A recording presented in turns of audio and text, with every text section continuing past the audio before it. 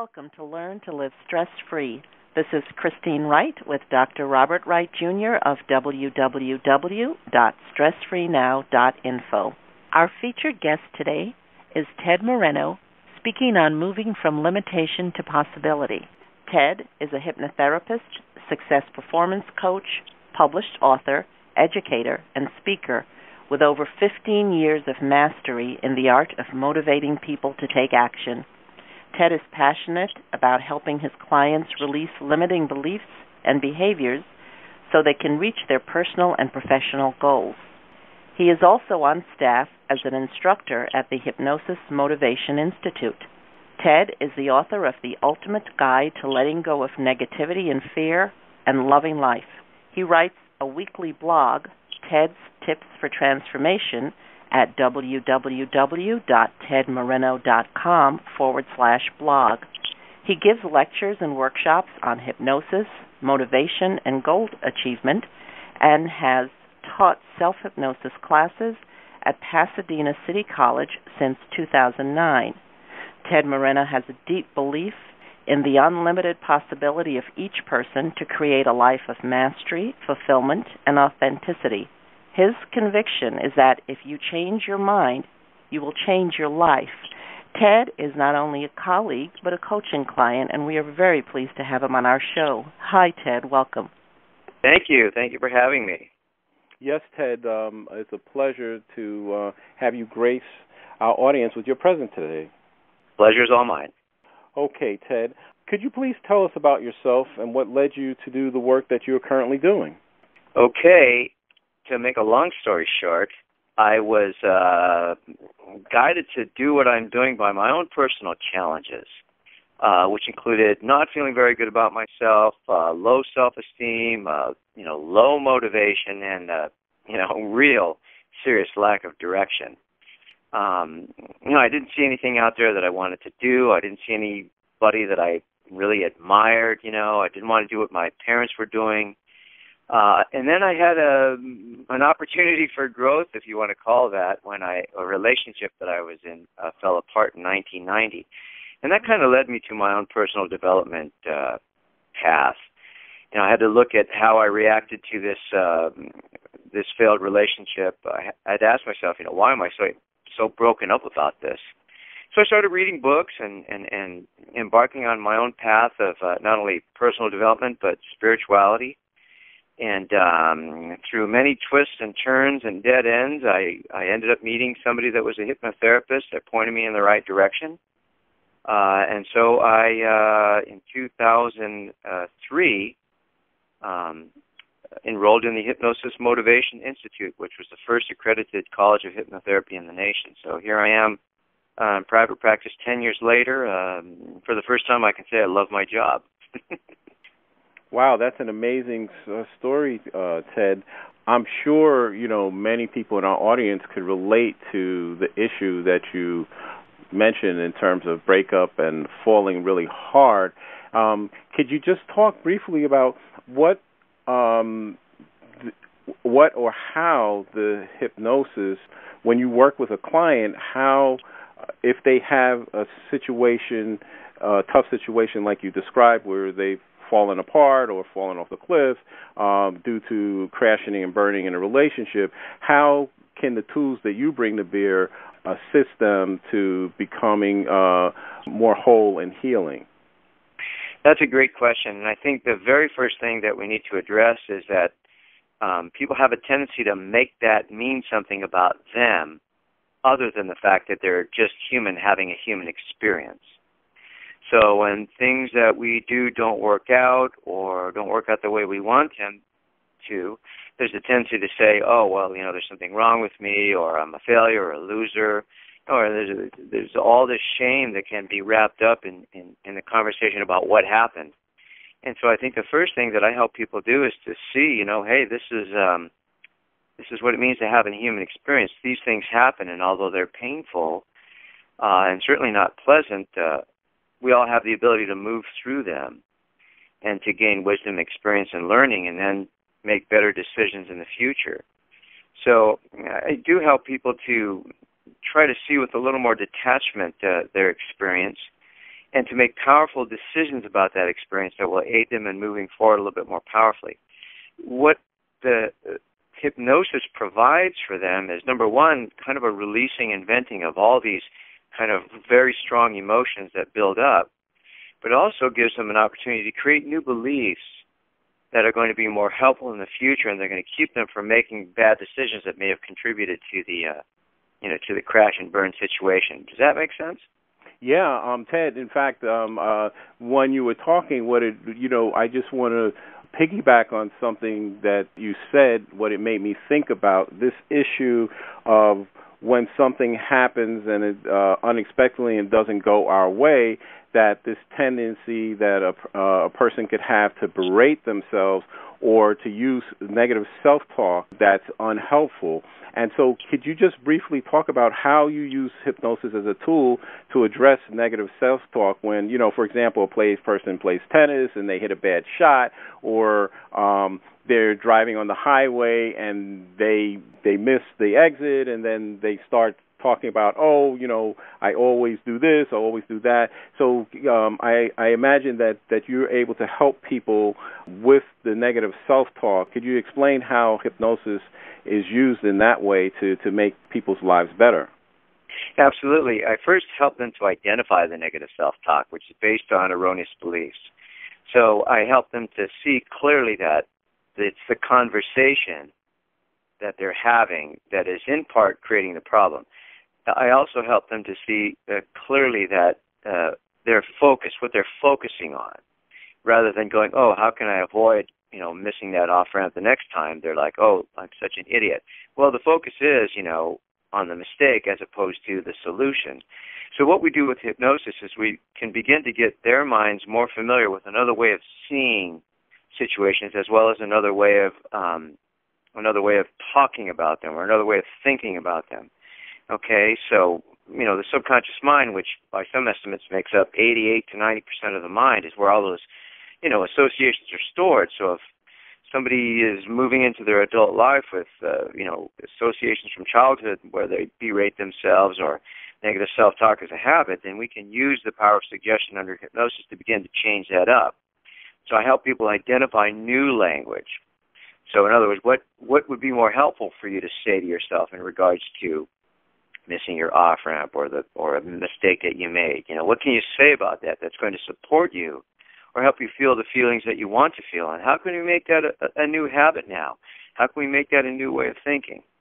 Can you write them down? Can you say affirmations? And then we take those new ideas and beliefs and conversations, and we put them into the subconscious mind using the power of suggestion and hypnosis.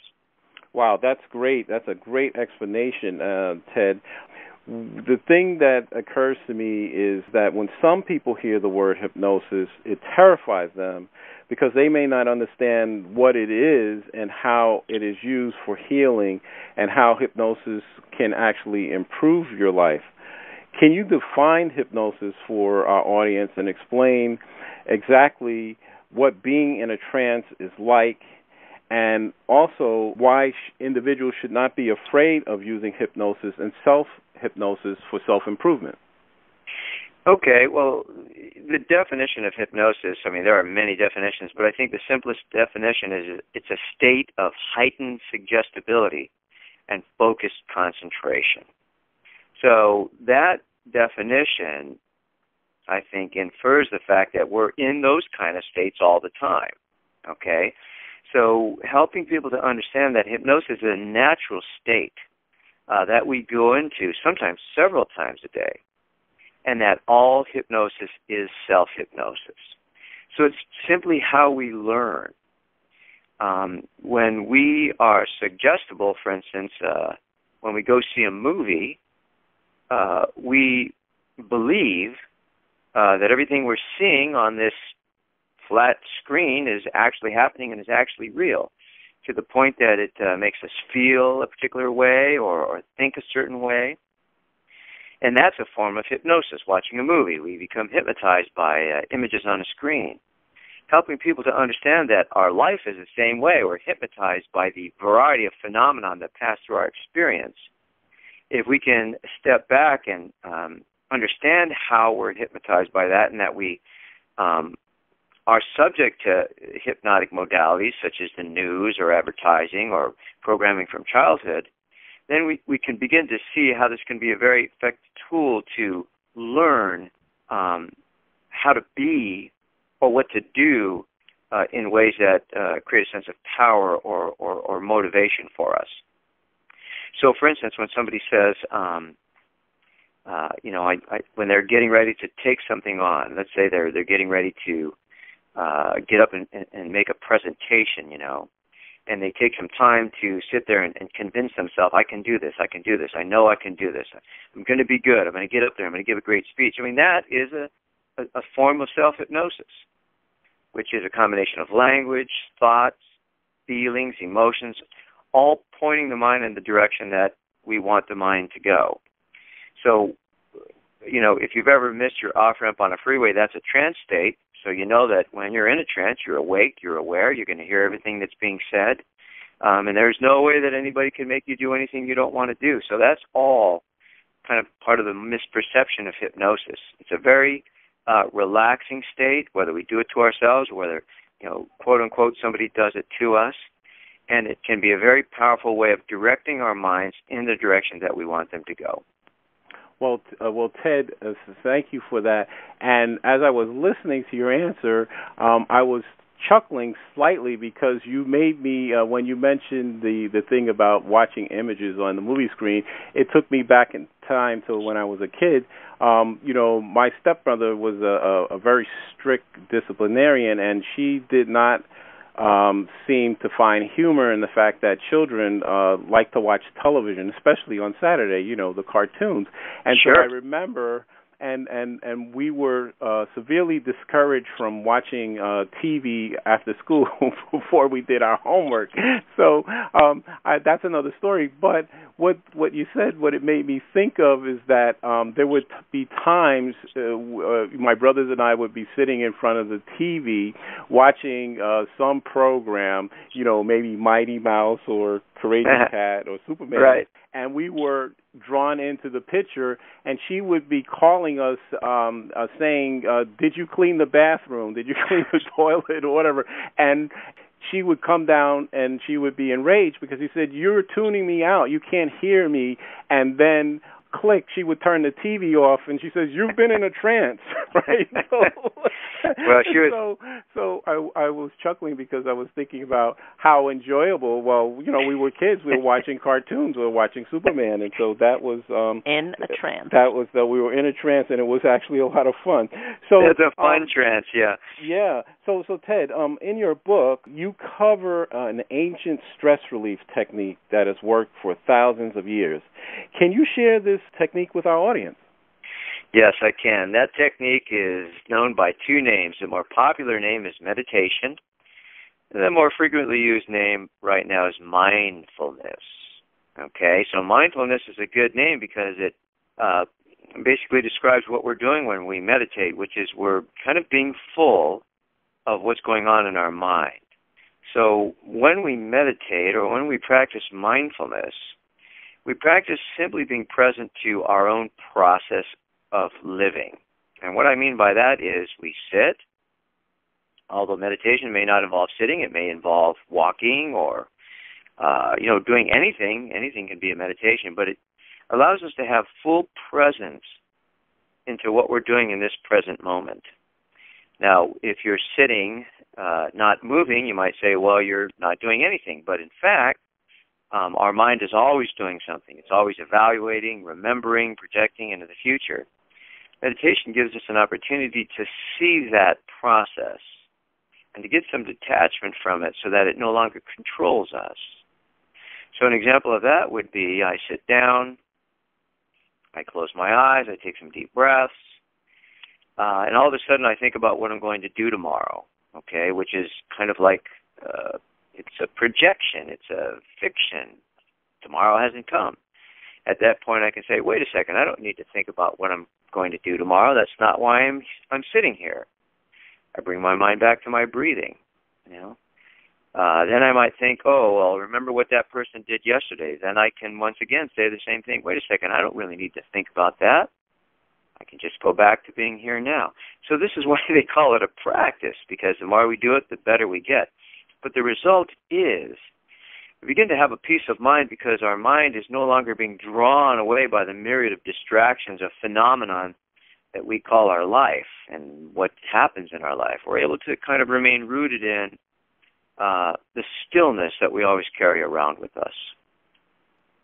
Well, Ted, that is a very elegant answer, and I'm going to have to go back and look at that portion of your book, because what I was struck by was how similar your description was to, for mindfulness, how you separated the meditation from the mindfulness.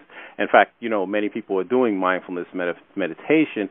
How similar that is to many of the techniques that I use, particularly the open focus technique, which is an attentional technique which teaches you to pay attention to how you're paying attention.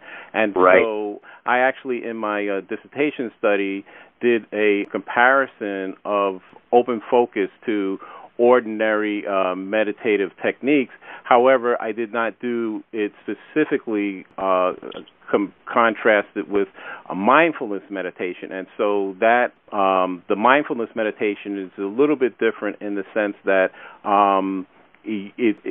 people can be using the meditation while moving around. It's not just, as you said, it could be an active process. So usually when people think of meditation, they think of it, you're sitting down and you're going om or something like that, or chanting a mantra or just going silence. And so that's what I find interesting with the mindfulness. You focus on your breath, and that is a more active process. So I want to thank you for that. And so one other thing, Ted, since almost everyone is experiencing time compression issues, can you tell our audience how you use hypnosis to boost job performance and to reduce test-taking anxiety, since, so many students and the parents, too, are feeling tremendous pressure with all the testing, in the primary grades, and then, at every point, you have to take the SAT, you have to take the LSAT if you're going to be a lawyer, you have to take the certification exam if you have to going to be a hypnotist. So the testing is something that's ubiquitous. I believe you can help people understand how helpful what you do can be to their lives, for their lives. Well, let's take test taking first as an example, okay? When you're taking a test, that's pretty much what you're doing. You're sitting there taking a test. But what happens with a lot of people is in the days leading up to the test, as well as while they're taking the test, they're doing everything but focusing on the test. They're thinking about how bad they're going to do, or how terrible it might be, or how hard the test might be, or all the tests they have to take. So, we can fall prey to the hypnosis of you got to think about all these things all at the same time, which is obviously we can only think about one thing at a time. So how I help people with test anxiety is to, when we study, let's just study. Let's remove all the other things that are going on in our mind, and let's just focus on what we're reading or what we're studying. And then I help them when they're actually taking the test, let's just breathe. Let's just focus on this present moment. We're breathing. And the test starts. Let's allow all our resources to be available to take the test instead of tying up a bunch of our resources in worry and fear. Test-taking anxiety is something that's learned, and whatever is learned can be unlearned. So we're changing a person's relationship to the idea of taking tests, which includes trusting that with the correct preparation, you'll know the answers and be able to, recall them when the mind is calm and when the belief is present. So that's kind of a, roundabout way of dealing with taste-taking. There's many other techniques that are used, such as desensitization or, imagery, imagining themselves taking the test and feeling calm and relaxed. So that's how that relates to test-taking, but it is the same way in boosting job performance. Okay, so to boost job performance simply means to be better focused on those particular aspects of doing a job and doing it well. And, people are driven to distraction, not only in their jobs, but in many aspects of their life. So when we can allow a person's mind to vent in the hypnotic process, to release everything that's built up and to just focus on one thing at a time, then we can bring all of our resources, once again, to the job at hand, whether it's taking a test or whether it's dealing with a customer or whether it's, working on a document while you're sitting at a computer. If all our focus is on that, what we're doing right now, we're going to do it better. So hypnosis allows us, A, to create new beliefs about what we want to do, and B, to allow us to vent out overwhelm, which is in itself a form of hypnosis, so that we can be more focused, more present, and more deliberate and conscious about what we're up to. Ted, I'm sold. Bob and I are both sold. So many things that you've said really resonate with me, and I think with our audience, certainly your definition of hypnosis, that, we put ourselves in that state, or we're in that state many times through our waking day. Now, I know that in addition to working with clients, you also teach people how to do self-hypnosis and how to use that for reducing their anxiety. But I'm curious. I do many techniques myself, but I find that working with someone else is always, for me, has been more helpful. So when you teach this in your class, are your students really able to do this themselves, or to what level? I would come back to you just to hear your wisdom. So could you talk a little bit about, using these practices yourself? Okay, thank you for the compliment. I'm a wise guy. You really are. More often than not. When you said that, Ted, I thought of the wise potato chip commercial with the owl.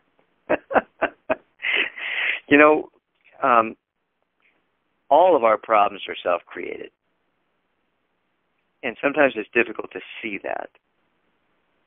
So there needs to be some sense of detachment from our own problems for us to be able to work on our problems. When somebody is unable to get a sense of detachment from their own problems, that's when they need to go get an objective viewpoint from a therapist or a coach, and that can be much more powerful. So if somebody wants, for instance, if somebody wants to release stress, if they want to deal with anxiety, if they want to be more motivated, these are all very effective things that self-hypnosis can address. On the other hand, smoking is a very difficult thing to do with self-hypnosis, but it's possible, okay? But when we're dealing with, at the level of belief, like I basically believe that I'm no good and have lots of, evidence for it, or I so believe in my mind, and that's difficult. I mean, it's difficult for self-hypnosis to address that, because somebody's going to have to come along and present evidence about why you're not a bad guy and why you're a good person. And that's going to have to come from somebody else. So, to make a long answer short, it depends upon the person. Some people can take self-hypnosis very far. Others simply don't have the discipline to do it, and they're better off working with a hypnotherapist. Good answer. Yeah. I do think, I do think that is the case, because, where we're strong, and where we're weak is where we need support, where it is best to call upon someone else. That's right. So I, recently had an opportunity to hire somebody to do some stuff online for me, and I've been putting it off because, I knew there was going to be a learning curve, but I just wasn't willing to take on that learning curve. So finally I said, well, I should just hire somebody to do this. And they did it, in just a few days, something that I've been wanting to do for, a year probably. It's the same thing with working with you, Christine. I mean, there were things that I knew I wasn't going to be able to accomplish on my own without some accountability. So consequently I have you as my coach, and it's working out very well for me. So, I think people that have wisdom ask for help when they feel they need it. That's an excellent point, and thank you, Ted. I appreciate your appreciation. And, it is very true, and I think especially people who work independently can get so busy that they forget to ask for help. Absolutely. Yes. And using your resources is so important, and this is why I've enjoyed working with you on developing your special project, your seminar for suddenly single women, teaching women how to deal with their anxieties about money and prosperity and wealth. I do think that's a very engaging and interesting topic. How did this come to you? I mean, just share with the audience why you think this is important. And I think you bring a certain, perspective and expertise to the table on this that I think women wouldn't have by themselves. So you as a man presenting a workshop to women, not just women, I'm sure you'll let a few men in, but maybe. that sometimes that's what I find working with Bob. He's very left brain. I'm more the the right brain person, and the difference in perspective that you get working with someone of the opposite gender. Well, first of all, I've had my own issues with money anxiety. I don't have anxiety about money anymore, but I used to all the time, and that was because I saw my dad have lots of money anxiety. So it was through my own work to release fear about money and anxiety about money and to be more powerful in the face of money that led me to think about creating this seminar. In addition, most of the people that I work with are women. Women seem to be more open to going to a hypnotherapist. And I work a lot with people that suffer from anxiety. So those three things, helping people with anxiety, working with money, and having my own money issues made me have the idea to create this seminar for suddenly single women. And I think that when a woman is single or when she finds herself suddenly single, it can be paralyzing, particularly if that woman doesn't have much experience in creating an income or managing finances. It can be very paralyzing and very, very, very scary, especially if there's children involved. But of course, when presented with those situations, the best thing to do is something. The best thing to do is do something. Take some steps, write some stuff down, talk to people, get information. And so, as a kind of a left brain guy, I think I can offer that to women who, may not have that available to them, that really don't know where to turn or what to do or what steps to take. And I work with women in this seminar in two ways. Number one, letting go of the anxiety, which is paralyzing and not constructive, but also, anxiety about money chases money away. I mean, it's repulsive to money, if you want to look at it that way. So there's that kind of letting go of that, and the other part of that is developing a belief and a confidence in one's ability to attract or create an income, and then the knowledge about what to do, the steps to take. So, for instance, giving money to charity, no matter how small an amount you give, is an incredibly powerful thing to do. Number one, it gets the focus off of you and your own problems, and then you constitute yourself as contribution. But the other thing is the inference deep down below is I trust that I will have enough, even if I give a little bit away. I trust that more will come to me. See? So it's really, to speak metaphysically, it's sending a message to the universe that, no matter how tight I am, I'm willing to share what I have with somebody else. Even if it's a tiny amount, I think it's just a huge way to begin to get money to circulate in your life. So that's just one of the things that I help women understand, that to allow money to flow into our lives, we have to be willing to release it. Ted, listening to you, I see the gifts and the benefits you have to offer, and I really want to thank you for sharing your wisdom with us. You are wise, and just giving us so much great information, and I want to thank you for being a guest on our show today. Oh, well, thank you very much for having me. It's really been my pleasure. Now, listeners, you can get in touch with Ted several ways. So, Ted, could you give your website address again and where they can find out more about you and your programs? Yes, I am at www.tedmoreno.com. That's TEDMORENO.com. If any of your listeners want to email me, they can at hypnosis@tedmoreno.com.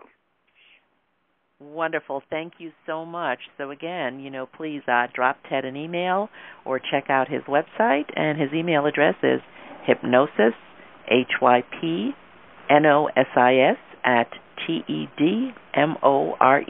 @tedmoreno.com, hypnosis@tedmoreno.com. Thank you, Ted. You're very welcome. I also want to mention that I have a Facebook page. I'm on Google. I'm on YouTube, so you can find me there as well. Oh, yes, absolutely. And definitely I love listening to your songs on YouTube. Thank you. Thank you very much. Well, Ted, I was listening closely to the answers that you gave, and I was just thinking how wise when you said anxiety has the effect of chasing money away. And so that got me thinking about the learning styles.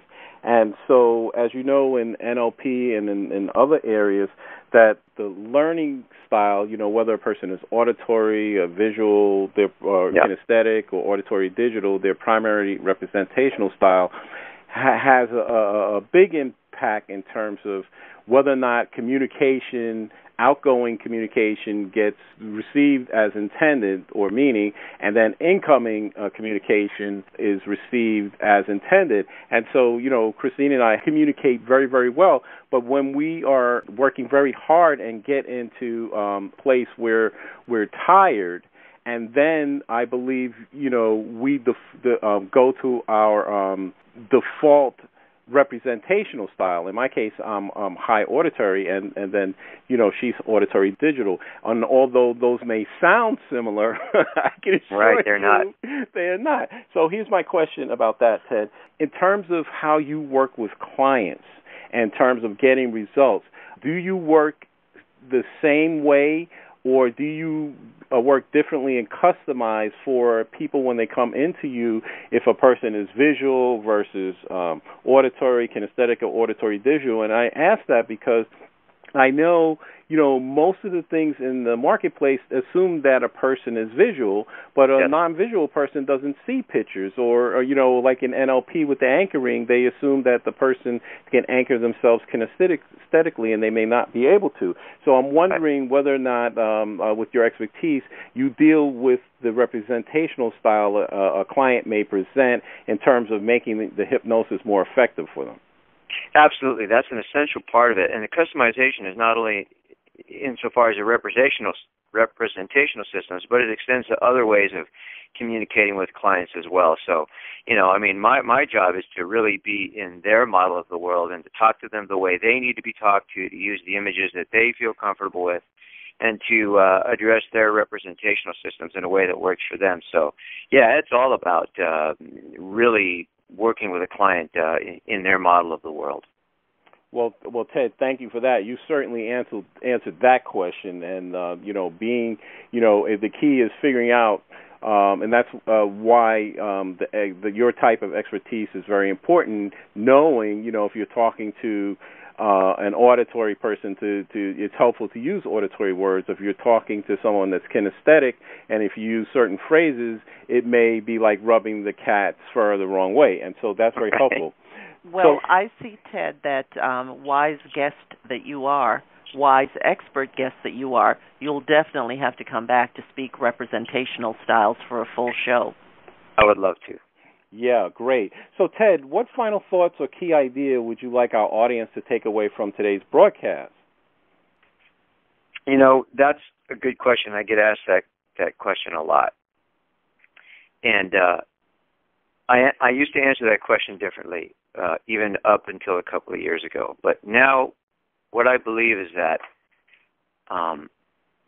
life is but a dream, Everything that we think and everything we believe are no more really than images and memories and thoughts and feelings, okay? And we have some volition in what we choose to attach to. We may not be total creators of our life, but we certainly are co-creators. So I think that if we can stop and settle down and really become aligned with whatever force is out there we want to believe in. I just think that's so important that we don't have to do this by ourselves. We're supported by those that are seen, I believe, as well as by forces unseen. And that's just a belief, but I think it's a good belief to have. Wow. So, Ted, I didn't know what you were going to say, but the statement that you made certainly resonated with me, and I know it will resonate with our audience. And I concur with Christine that we'll have to have you on, and I envision doing a series with you, because hypnosis is used for so many things. So for Christine Wright, this is Dr. Robert Wright, Jr. of www.stressfreenow.info. Until next time, be safe and be well.